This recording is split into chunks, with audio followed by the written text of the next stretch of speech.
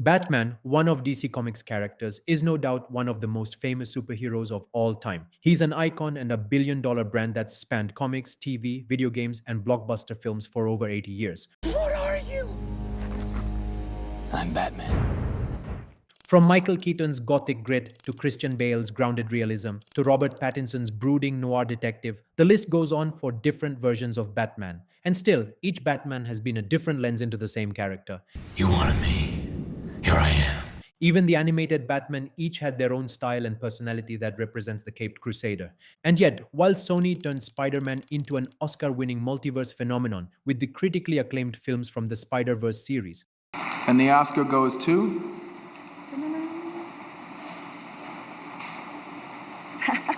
Mimi, you were right.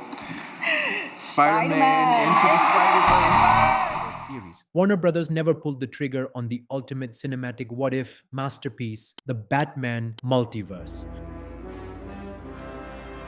A golden opportunity to unite fans of all ages was completely missed by the studio that brought to life one of the best superheroes ever written. This is the story of how Warner Brothers had the perfect storm to create a Batman multiverse that could have rivaled and maybe even surpassed the Spider-Verse films, and how they let it slip away.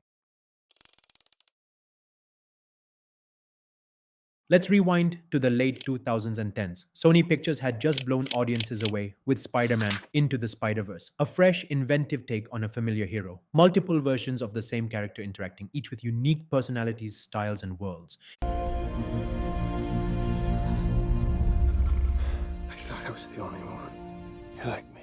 It proved one thing: audiences didn't just accept the idea of multiple versions of a hero, they loved it, and Warner Brothers, they already had the perfect character to make it happen. Not Superman or Wonder Woman, but Batman. Why? Because no superhero has had as many successful reinventions and as loyal a fan base as the Dark Knight. By 2022, Warner Brothers had multiple Batman active at once. Robert Pattinson's The Batman in theaters, Ben Affleck's Batman still tied to the DCEU, Michael Keaton returning for The Flash, and that's without counting the massive love for animated Batman from Kevin Conroy's animated series to Batman Beyond. The Spider-Verse films proved that audiences would show up in droves to see their favorite versions together. But instead of making their own Batverse, Warner Brothers scattered the characters across disconnected projects, diluting the impact and killing the hype before it even began. Imagine a movie where Michael Keaton mentors Ben Affleck's battle-worn Bruce, while Robert Pattinson's rookie detective Batman investigates a mystery that spans multiple worlds. Add in cameos from Christian Bale, or even an animated crossover with Kevin Conroy's Batman, and you'd have the superhero event of the decade. Instead, the closest we got was Keaton's brief appearance in The Flash, a movie more concerned with fixing timelines than celebrating Batman's legacy. You are, and you're...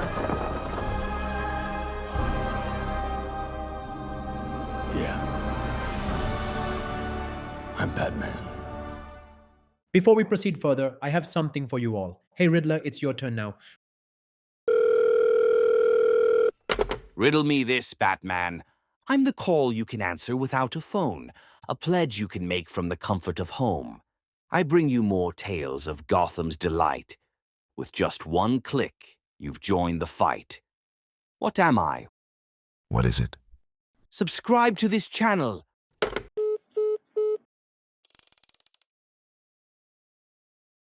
Over the years, Batman had all kinds of different variants. On paper, the pieces for a multiverse empire were all there, but behind the scenes, the seeds of a missed opportunity were being planted. Warner Brothers. Top brass was still recovering from the DCU's shaky reception. Justice League's critical backlash, box office underperformance, and chaotic leadership reshuffles left decision makers more careful with their investments. They played it safe, doubling down on isolated live-action films instead of coordinating a bold multiverse crossover. The logic, one Batman at a time, was cleaner for marketing. The reality, Sony were proving the opposite. When Into the Spider-Verse launched in late 2018, Sony's marketing embraced the chaos and every trailer made it clear. Multiple Spider-Men, multiple art styles, one shared event. It was a celebration of Spider-Man history and audiences felt invited. As for Warner Brothers, they promoted each Batman property as if the others didn't exist. The Batman got moody, noir-style trailers, The Flash barely hinted at Keaton's return, until late marketing pushes and animated Batman projects got buried in straight-to-video releases with minimal fanfare. There was no unifying campaign to say, you love Batman, here's all of them together. When Spider-Verse won the Academy Award for Best Animated Feature and grossed over $375 million worldwide on a $90 million budget, the writing was on the wall. Animation could deliver multiverse storytelling and turn a profit. But Warner Brothers executives dismissed it as an animation win instead of a template for Batman. Their gamble was to pour hundreds of millions into prestige live action films while treating animation as a side dish. Meanwhile, Sony doubled down, greenlighting Across the Spider-Verse and Beyond the Spider-Verse. This was Warner Brothers' Times mid-decade turning point. They could have unified their Batman into a cross-media event from film, streaming, animation, games, the way Sony synced Spider-Verse hype with games like Spider-Man PS4. Instead, they let the synergy evaporate. And the cost wasn't just measured in missed box office. It was in fan momentum, the one thing you can't buy back.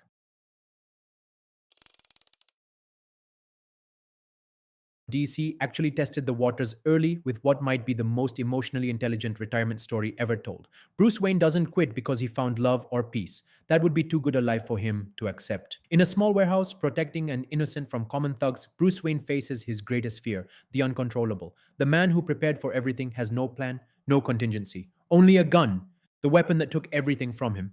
The weapon that birthed the Batman also killed him. Never again. This wasn't just a direct to video release. This was a proof of concept for mature, emotionally complex Batman storytelling. It showed how you could honor the character's legacy while evolving it for new audiences. But rather than seizing the chance to scale up, they pulled back. Instead of recognizing it as their Spider Verse moment a decade ahead of its time, they dismissed it as just a Saturday morning cartoon that dared to aim higher. But Sony's success revealed something else Warner Bros. Missed. Audiences crave fresh takes on familiar characters. Batman Beyond had everything. Neo Gotham is a corporate controlled city filled with towering skyscrapers, constant advertising, and little of its old character. Glass and porcelain have replaced brick and stone, and Batman feels small against the overwhelming skyline. Many of the enemies are shaped by corporate greed. Blight is a businessman whose real form is a radioactive skeleton.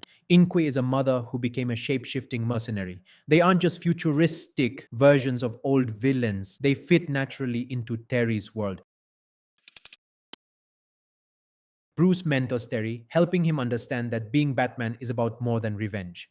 In turn, Terry helps Bruce reconnect with his humanity. This was mature storytelling disguised as a kid's show. It dealt with aging, legacy, redemption, and what it means to pass the torch. Everything that would later make Logan successful, Batman Beyond had done years earlier. Warner Bros. Had their Logan, their Spider-Verse, their multiverse of madness, all in one groundbreaking story, and they left it to die in a Saturday morning time slot.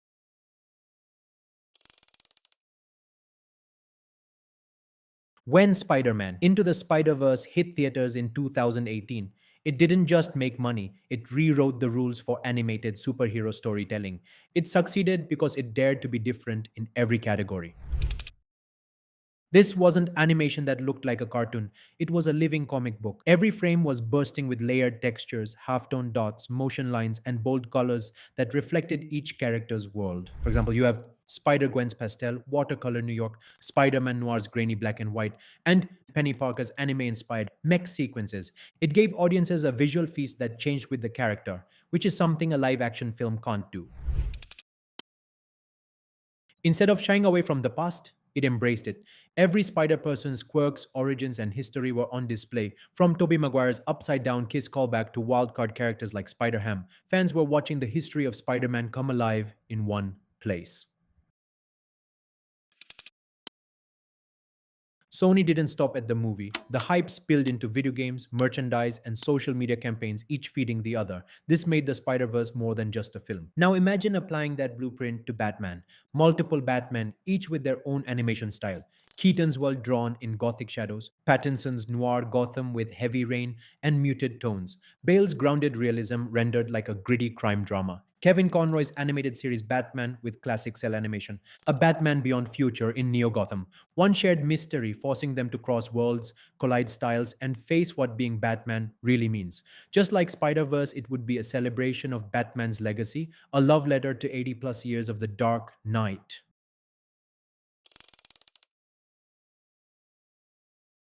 Bruce Wayne can fund an arsenal of Batmobiles, Batwings, and all kinds of gadgets without breaking a sweat. But in the real world, Warner Brothers has to think like a studio, and a Batman multiverse comes with a very real price tag. Animated superhero movies typically cost tens of millions. Spider-Verse 2 reportedly had a budget between $100 million to $150 million. Assuming similar investment, a Batman multiverse film could land in that ballpark. By contrast, live action blockbusters like The Batman cost $200 million plus and rely heavily on global box office. An animated multiverse event that combines beloved versions across decades could generate profits through theatrical release for prestige awards, streaming exclusivity with HBO Max licensing fees, merchandising, Funko multiverse lines, action figures, collectibles, cheaper to produce for animation characters too. Even by conservative estimates, a Batman multiverse trilogy could have pulled in $2 to $3 billion at the box office alone. Add merchandise, streaming, and franchise spin offs, and Warner Brothers wasn't just leaving money on the table. They were walking away from a gold mine. While DC spent hundreds of millions on films like Justice League, which required extensive reshoots, and The Flash, which underperformed, and oh boy, don't get me started on Black Adam, Just say Shazam. We all go home. they could have created a guaranteed hit with a fraction of the budget and risk.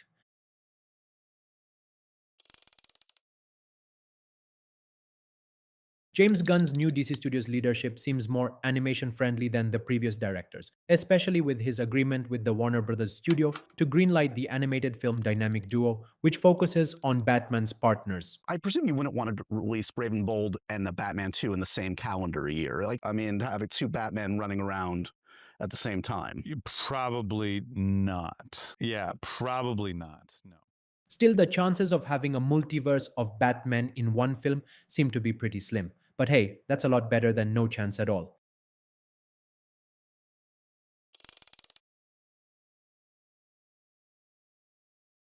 Picture this. A crisis threatens all realities. But instead of starting with action, we open with the most emotionally devastating Batman scene never put on the big screen yet. In an abandoned Wayne Industries warehouse on a storm-lashed night, rain streaked through shattered glass while the wind carried the smell of rust and oil. An aging Bruce Wayne, his body failing, stood cornered, bleeding and unarmed except for a pistol lying on the floor. The same kind of weapon that had shaped his life, now the only means to stop the man before him. The Joker stood in the center of the room, Gordon's badge in one hand, Robin's bloodied mask in the other. He was a man who had taken everything from Bruce, and for the first time in decades, the Dark Knight had no plan, no contingency. Then a low hum filled the air. A swirling portal tore through the far wall, spilling harsh light into the shadows. From it emerged Christian Bale's Batman, precise, deliberate, his eyes locked on Bruce. He stepped forward and urged, "Restrain," telling Bruce the line between justice and vengeance could not be crossed. Before Bruce could answer, another portal ripped open, jagged and unstable. Ben Affleck's Batman emerged, broader and more battle-worn, arguing the opposite, that the only way to end the Joker's reign of terror was to end him for good. The two Batmen clashed, their blows ringing out in the cavernous space. Precision met brute strength in a violent dance, while the Joker leaned against a beam, grinning at the chaos. From the shadows came Terry McGinnis, who is younger, faster, but inexperienced. He threw himself between them, pleading for reason, only to be knocked aside by the sheer force of the fight. Bruce's eyes, weary yet calculating, scanned the room. They fixed on the unstable portal generator high above. He called Terry to him, pressed a small earpiece into his palm, and whispered a plan. Guided by Bruce's words, Terry moved with purpose, using each Batman's style against the other. The battle shifted, each strike redirected, each movement pulling the fighters closer to the generator. In the final moment, the vortex collapsed, pulling both Batmen back through and sealing itself with a flash. The Joker's smirk faltered. Terry stepped forward, bruised but standing, while Bruce, weary and leaning heavily on a steel beam, looked at him with something between pride and resignation. He knew his time as Batman had ended. From that night, Bruce would take a new role. Not as Gotham's Dark Knight, but as mentor, strategist, and guide to a Batman who had grown up on its streets. Together, they would face a threat spanning worlds with the weight of a legacy on their shoulders. So, what have we learned? Mixed media matters. Animation isn't second class. It's a frontier for bold, visually diverse storytelling. Rights issues shouldn't cage creativity. With the right deals, legacy characters can shine together. Fans want events. They respond when studios celebrate history, not just recycle formulas. If Warner Brothers, now under unified DC leadership with Gunn and Safran, moves decisively with the possibility of maybe greenlighting a Bat Multiverse film or series, it could be both a creative triumph and a financial one.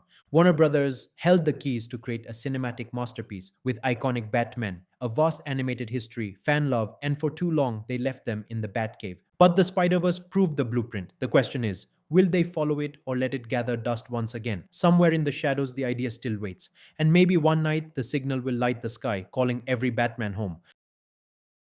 If you enjoyed this deep dive into the Batverse, hit that like button, subscribe to our channel, and drop a comment telling us which Batman you'd want swooping in for a multiverse team up.